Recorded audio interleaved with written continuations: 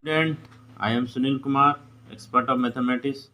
आज है जो हम लोग सेकेंड चैप्टर पोलोनोमियल से यानी केस स्टडी का फर्स्ट हम लोग को देखेंगे। तो इसमें क्या दिया हुआ है, फर्स्ट है जो दिया हुआ है उसको हम लोग पढ़ेंगे।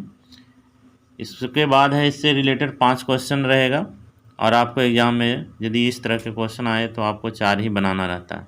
ठीक है, तो चलें स्टार्ट करें। देखिए कह रहा है केस स्टडी 1 में कह रहा है, तो देखिए कह रहा है द बेलो पिक्चर, कुछ नीचे हमारा पिक्चर दिया हुआ है यानी are few natural example of the parabolic shape. ये हमारा एग्जाम्पल दिया हुआ है जो पाराबोलिक शेप का एग्जाम्पल है, which is represented by the quadratic polynomial. ये हमारा जो हमारा पाराबोलिक जो है ये क्या रिप्रेजेंट कर रहा है, हमारा क्वाड्रेटिक पोलिनोमियल को रिप्रेजेंट कर रहा है। ठीक है, a parabolic arch is an arch in the shape of the parabola. ये जो भी हमारा पाराबोलिक आर्क है वो हमारा क्या रिप्रेजेंट करेगा, एक शेप, पाराबोला का शेप को रिप्रेजेंट करता है।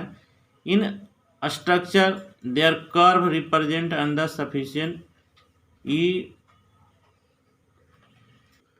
तो method of the load and so can be found in the bridge.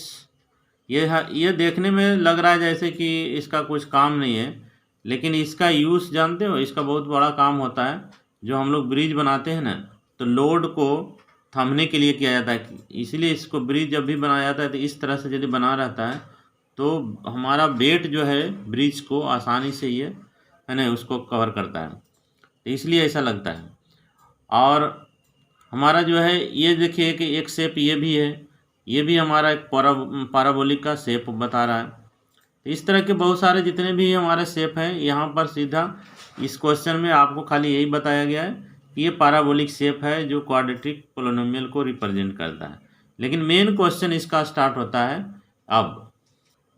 इसमें भी देखिए ये पाराबोलिक है, इस तरह का भी पाराबोलिक होता है, इस तरह का भी ऊपर का रहे या नीचे का रहे, कहीं का भी रहता है, दोनों तरफ का आता है। यानी ऊपर ऐसे नीचे करके भी होता है और ऊपर, तो ऊपर कब होता है और नीचे कब होता है ये थोड़ा जानना बहुत ज़रूरी है, क्योंकि इससे रिलेटेड आपको क्वेश्चन भी इधर आएंगे। तो जब हम लोग इसका जैसे इसको एक एक करके हम लोग समझते हैं तो क्लियर हो जाएगा। सबसे पहले क्वेश्चन आता है कि स्टैंडर्ड फॉर्म है जो कैसा होता है, A X square plus B X plus C तो होता ही है, जिसमें ए और B C are the real number होते हैं।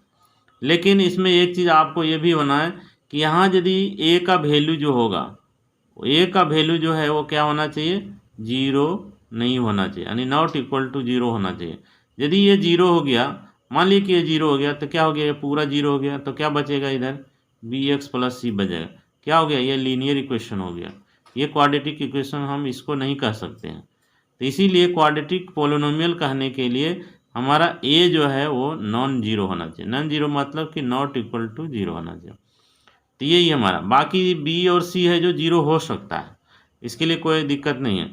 लेकिन ये जो है वो कभी भी 0 नेवर 0 होना चाहिए, कभी भी 0 नहीं होना। यदि वो 0 हो गया तो फिर हमारा यहाँ क्वाड्रेटिक पोलिनोमियल का जो स्टैंडर्ड मेथड है वो है जो क्या है, फेल हो जाएगा, क्योंकि ये 0 हो गया तो फिर हम इसको लीनियर इक्वेशन कहेंगे। ठीक है ना। तो इसके आधार पर आप बताइए, 4 ऑप्शन दिया हुआ है, उसमें से आपका आंसर कौन सा करेक्ट होगा। तो इसका आंसर आपका करेक्ट सी होगा, क्योंकि ए इज द नॉन जीरो, हमने अभी बताया ए जो है 0 नहीं होना चाहिए, और बी और सी और ए नहीं रियल नंबर। बी और सी वो रियल नंबर हो सकता है, 0 भी रियल नंबर है, 0 भी रियल नंबर कहलाता है, इसलिए बी और सी का वैल्यू 0 हो सकता है। लेकिन ए इज़ नॉट 0, बाकी 0 को छोड़ के ए का कुछ भी वैल्यू हो सकता है, माइनस प्लस कोई भी हो सकता है, इसीलिए इसका ए का करेक्ट आंसर सी होगा। करेक्ट। नेक्स्ट क्वेश्चन देखते हैं। जब हम लोग क्वाड्रेटिक इक्वेशन जब पढ़ रहे थे तो उसमें हम लोग नेचर ऑफ रूट पढ़े थे। नेचर ऑफ रूट में क्या पढ़े थे, यदि डी का बराबर 0 हो जाए तो इसके 2 रूट होंगे, दोनों रूट क्या होगा, यानी अल्फ़ा एक बीटा, दोनों का वैल्यू जो होगा बराबर होगा, क्या होगा, इक्वल होगा, दोनों का वैल्यू क्या होगा, इक्वल होगा और रियल नंबर होगा, ऐसा हमने पढ़ा। यदि डी इज ग्रेटर देन 0 हो जाए, 0 से ज़्यादा वैल्यू हो, तो अल्फ़ा बीटा 2 वैल्यू होंगे, दोनों अनइक्वल होंगे, माने दोनों बराबर नहीं होगा, अनइक्वल होगा, लेकिन दोनों रियल होगा, दोनों वैल्यू जो होगा वो रियल होगा। लेकिन डी इज लेस देन 0 हो जाए तो हमने क्या पढ़ा था, अल्फ़ा बीटा का वैल्यू हम लोग जो है डिफाइन नहीं कर सकते, यानी क्यों नहीं कर सकते, क्योंकि ये रियल नंबर है ही नहीं, ये क्या होगा, नॉट रियल नंबर। तो इसमें हमने क्या पढ़ा था, ये रियल नंबर नहीं है। तो आप बताइए इसके अनुसार आपका ऑप्शन क्या है। कह रहा if the root of the quadratic polynomial are equal, कह रहा इसके रूट जिसके यानी इक्वल होते हैं तो उसके डिस्क्रिमिनेंट क्या होंगे, डिस्क्रिमिनेंट मतलब डी क्या होंगे, तो डी इक्वल टू जीरो होगा। अभी हमने बताया कि यदि डी बराबर जीरो होता है तो उसके दोनों रूट इक्वल होते हैं और रियल नंबर होते हैं। इसका मतलब आपका option number D is correct होगा। ठीक है, क्वेश्चन नंबर 3 को देखते हैं। क्वेश्चन नंबर 3 में आपको दो रूट दे दिया है, एक अल्फ़ा जो है वो अल्फ़ा ही है, अल्फ़ा जो है वो अल्फ़ा ही है, बीटा के जगह पर 1/अल्फ़ा दे दिया, उससे घबराना नहीं है। लेकिन हमको करना क्या है, इस क्वाड्रेटिक इक्वेशन में के का वैल्यू बताइए। ये हमारा क्वाड्रेटिक पोलिनोमियल है, उसमें के वैल्यू मिसिंग है, उसका के का वैल्यू बता दीजिए। तो हमने क्या जानता है कि अल्फ़ा प्लस बीटा बराबर क्या होता है, और अल्फ़ा इंटू बीटा बराबर क्या होता है, अल्फ़ा प्लस बीटा बराबर होता है माइनस बी बटे ए, माइनस अब बी मतलब कोफिशिएंट ऑफ एक्स, एक्स के कोफिशिएंट को हम लोग क्या कहते हैं, बी कहते हैं। यानी कहने का मतलब यहाँ पर ए कितना हो गया, 2 हो गया, बी कितना हो गया, -1 हो गया, सी कितना हो गया, 8 के हो गया। इस क्वाड्रेटिक पोलिनोमियल के आधार पर हमने ए, बी और सी का वैल्यू निकाल लिया। अल्फ़ा प्लस बीटा बराबर इतना होता है, अल्फ़ा इंटू बीटा बराबर क्या होता है, C/A। तो हम इस फार्मूला का यूज़ नहीं करेंगे, हम इस फार्मूला का यूज़ करेंगे। इससे यूज़ करने से हमको के आसानी से निकल जाएगा, इससे भी निकलेगा लेकिन वो बहुत लंबा होगा, तो इसलिए आसान कौन सा है, ये वाला है। तो अल्फ़ा का वैल्यू तो अल्फ़ा हो गया, बीटा का वैल्यू हमने क्या बताया, 1/अल्फ़ा हो गया। ठीक है, और सी का मतलब कांस्टेंट टर्म, कांस्टेंट टर्म मतलब यहाँ सी का वैल्यू 8 के हो गया। अब बटे ए का मतलब 2, अब 2 से ही कट गया 4 मरते हैं, ये अल्फ़ा अल्फ़ा कट गया 1 हो गया, यानी 4 के, यानी के का वैल्यू कितना हो गया, के का वैल्यू हो गया ये 4 इसके नीचे चल जाएगा, यानी 1/4, यानी के का वैल्यू मेरा निकल गया। अब बताइए इसमें कौन सा ऑप्शन हो गया, बी नंबर हो गया, करेक्ट हो गया। तो अभी तक जितना मैंने बताया आप लोग को समझ में आ गया होगा। तो चलते हैं नेक्स्ट क्वेश्चन की तरफ। क्वेश्चन नंबर 4 कह रहा है, इसमें कह रहा है कि x² + 1 = 0 है। इसका मतलब कह रहा है ये हमारा x के कितने वैल्यू हो सकते हैं उसी पर रिलेटेड है। तो कह रहा है intersect x axis at 2 distinct point. कह रहा है x का जो दो वैल्यू होगा, क्योंकि ये क्वाड्रेटिक इक्वेशन है, इसके दो वैल्यू होंगे, तो वो दो एक्सिस को काट रहा है, यानी दो जगह पर। ये कह रहा है touch x axis at A point, x axis को खाली टच कर रहा है एक बिंदु पर, neither touching nor intersect at x axis. ये कह रहा है ना टच कर रहा है ना एक्स एक्सिस को काट रहा है, नाइदर टच और intersect at x axis. Either मतलब किसी या तो काट रहा है या तो टच कर रहा है एक्स एक्सिस, इसमें नहीं कह रहा है। तो आपका ये चार ऑप्शन में से एक कौन सा आंसर सही है। तो देखिए ऐसा यदि क्वेश्चन रहे तो मैं इसको दो तरीक़ा से बता सकता हूँ। इसको आपको बनाना है, आप कोई भी मेथड से बना सकते हो, ठीक है ना। तो मान लीजिए कि मैं एक ग्राफ मेथड से पहले बता देता हूँ। तो ग्राफ मेथड से ये बाई बराबर कितना हो गया, x² + 1 हो गया। अब बताइए आप ग्राफ बनाते हैं तो एक चार्ट बनाते हैं, ऐसे हम दो पॉइंट लेकर के ही मैं बता रहा हूँ, 2 या 3 लीजिए, कम से कम 3 लीजिएगा तो करेक्ट बनेगा, 2 भी लेने से बन जाएगा। तो ये होता है x का वैल्यू, ये होता है y का वैल्यू। अब यहाँ पर अपने मर्जी से कुछ भी x का वैल्यू रख दो। मान लीजिए यहाँ पर हमने 1 रख दिया, यहाँ पर हमने 0 रख दिया, यहाँ पर हमने -1 रख दिया, चाहे प्लस कुछ भी रख दो, प्लस भी रख दो, मान लीजिए कि 2 रख दो, कोई दिक्कत नहीं है। अब यदि यहाँ पर 1 बैठाते हैं तो 1 का स्क्वायर तो 1 हो गया, 1 का 1 जोड़ देंगे तो कितना हो गया, 2 हो गया, y का वैल्यू 2 निकल जाएगा। यदि यहाँ 0 रख दिए तो ये तो पूरा 0 हो गया, लेकिन ये 1 बच गया तो 1 हो गया। यदि यहाँ पर मैंने 2 सिर्फ रखा तो 2 दूनी 4 आए, कितना हो गया, 5 हो गया। ठीक है, तब देखिए इसका यदि हम ग्राफ बनाते हैं इस तरह से इसका एक ग्राफ बनता है। तो इधर क्या होता है, इधर 1 होता है, ये 2 होता है, 3 हुआ, 4 हुआ, या 5 हुआ, इधर 1 2 3 4, इधर भी 1 2 3 4, ये हमारा माइनस में, इधर हमारा प्लस में। ठीक है, नीचे भी माइनस में, 1 2 3 4 इस तरह से रहता है। तो ये मान लीजिए 1 है, ये 2 है, 3 है, ये 4 है, इधर 1 2 3 4 ये 5 इस तरह से है। अब देखिए x का वैल्यू यदि हम 1 रखें, इधर भी -1 -2 -3 इस तरह से रहता है।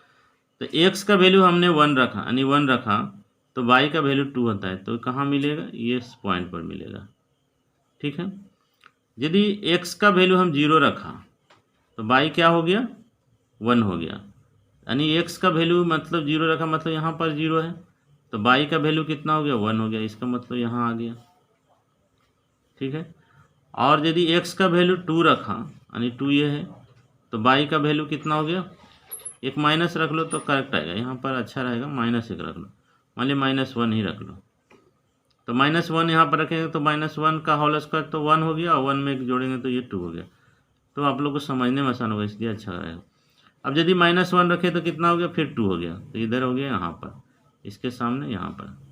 अब बताओ, इसको यदि हम मिला दिए, इसे इससे मिलते हुए इधर आया, इधर गया, ऐसा ऐसा इसका, और जितना भी नंबर लेंगे ये उसी ऊपर की तरफ जाएगा। ये जो भी बनेगा वो ऊपर की तरफ ही होते चला जाएगा। देखो क्या कर रहा है, ये लाइन जो हमारा कर्व जो बना, ये एक्स एक्सिस को कहीं टच किया? कहीं नहीं टच किया। इसका मतलब एक्स एक्सिस को टच नहीं कर रहा है, मतलब एक्स का वैल्यू हम नहीं निकाल सकते हैं। नहीं निकाल सकते हैं मतलब कि एक्स का वैल्यू नहीं निकलेगा, क्योंकि इसका रूट नहीं निकलेगा। इस क्वाड्रेटिक इक्वेशन का रूट नहीं, क्योंकि एक्स को कहीं टच नहीं कर रहा है। तो कहीं टच नहीं कर रहा है, तो देखिए इसके अनुसार आपका ऑप्शन कौन सा हो जाएगा? C number, neither touch nor intersect. देखिए कहीं नहीं तो टच किया, नहीं तो इसको क्रॉस किया है, कहीं नहीं तो क्रॉस किया है, नहीं तो कहीं टच किया। तो इसके अनुसार आपका आंसर सी होता है। ठीक है। लेकिन यदि हम इसको बनाना चाहेंगे और अदर मेथड से, तो इसमें करना कुछ नहीं है, क्योंकि हम x² बराबर +1 = 0 होता है। 1 को इधर टपा देंगे, और नहीं तो d बराबर निकाल लीजिए, और नहीं तो इसको उधर 1 को भी टपा करके कर सकते। डी बराबर क्या होता है? b² - 4ac, यही होता है ना फॉर्मूला। डिस्क्रिमिनेंट निकाल दीजिए, तो b का वैल्यू कितना हो गया? यहाँ पर b का वैल्यू यानी हमारा नहीं दिया, यानी इसको स्टैंडर्ड फॉर्म में यदि लिखेंगे तो x² प्लस b के वैल्यू यानी 0 हो गया, यहाँ पर 0x और प्लस c = 0। c का वैल्यू कितना है? 1 है, यानी यहाँ पर 1 बैठाएंगे तो बराबर 0 हो गया। यहाँ पर 1 के जगह पर कुछ नहीं, मतलब यहाँ भी 1 हुआ। तो देखिए इसके अनुसार यदि हम बैठाए तो b का वैल्यू कितना हो गया? 0 हो गया, तो 0 का स्क्वायर करेंगे तो 0। 4, a का वैल्यू कितना हो गया? 1, और c का वैल्यू कितना हो गया? ये भी 1, तो कितना हो गया? -4 हो गया, तो 0 हो गया, माइनस में आ गया। तो हमने क्या बताया? d > 0। ये 0 से भी छोटा हो गया, इसका d का वैल्यू 0 से छोटा होता है, तो क्या होता है? नॉट रियल नंबर होता है। ये रियल नंबर नहीं है, रियल नंबर नहीं है मतलब x का हम रूट नहीं निकाल सकते हैं। तो इसीलिए इस आधार पर भी आपका x का रूट नहीं निकलेगा, यानी x का वैल्यू नहीं निकलेगा। नहीं निकलेगा मतलब रूट नहीं निकलेगा। तो ये हो गया हमारा कौन सा आंसर? यही होगा। करेक्ट, समझ गए होंगे आप लोग। क्वेश्चन नंबर 5 चलते हैं। If the sum of the root is, यानी इस दो रूट का योग, यानी अल्फा प्लस बीटा बराबर -p बता रहा है। प्रोडक्ट ऑफ रूट माने अल्फा इंटू बीटा का वैल्यू -1/p बता रहा है। तो कह रहा है क्वाड्रेटिक इक्वेशन यानी क्वाड्रेटिक पोलिनोमियल क्या होगा? तो हम जानते हैं कि द रिक्वायर्ड यानी पोलिनोमियल, कौन सा polynomial? Quadratic polynomial. Required quadratic polynomial बराबर क्या होता है? k into x² minus alpha plus beta x into, यहाँ पर यदि माइनस है तो यहाँ फिर प्लस अल्फा इंटू बीटा, यही होता है फार्मूला। अब देखिए k का वैल्यू हम इसमें रखा है, इसलिए k का वैल्यू मैं भी रखूँगा नहीं, k ही रखूँगा। तो यहाँ पर x का तो x² हो गया, अल्फा प्लस बीटा का वैल्यू कितना दे दिया? -p दिया, तो -p x। Alpha into beta का वैल्यू कितना दे दिया? ये भी -1/p दिया। अब इसको सोल्व कर दीजिए, कितना हो जाएगा? k into x² minus minus कितना हो गया? +px हो जाए, और ये प्लस माइनस ये भी -1/p हो गया। देखिए इसमें से आपका कौन सा ऑप्शन हो रहा है? जो होगा, ये तो नहीं हो रहा है, नहीं होगा। नेक्स्ट इसका देखते हैं। अब देखिए बी ऑप्शन में क्या करा है? k px² माइनस x/p -1, ये भी नहीं मिल रहा है। सी में देखिए ax² प्लस px -1/p मिल रहा है, देखिए इससे मिल रहा है, इसका मतलब आपका answer number C is correct होगा। तो आई होप मैंने 5 क्वेश्चन जो बताया आप लोग को समझ में आ गया होगा। यदि अच्छा लगे तो लाइक कर देना, और ज़्यादा से ज़्यादा अपने दोस्तों और जो भी रिलेटिव है उसको शेयर करना। ठीक है। और यदि जो अभी तक मेरा चैनल को सब्सक्राइब नहीं किया, जल्दी से जल्दी सब्सक्राइब कर देना, जिससे जब अभी मैं जो भी वीडियो बना रहा हूँ उसका तुमको नोटिफिकेशन जल्दी से मिलता रहेगा। ठीक है, तो मिलते हैं नेक्स्ट वीडियो में। धन्यवाद।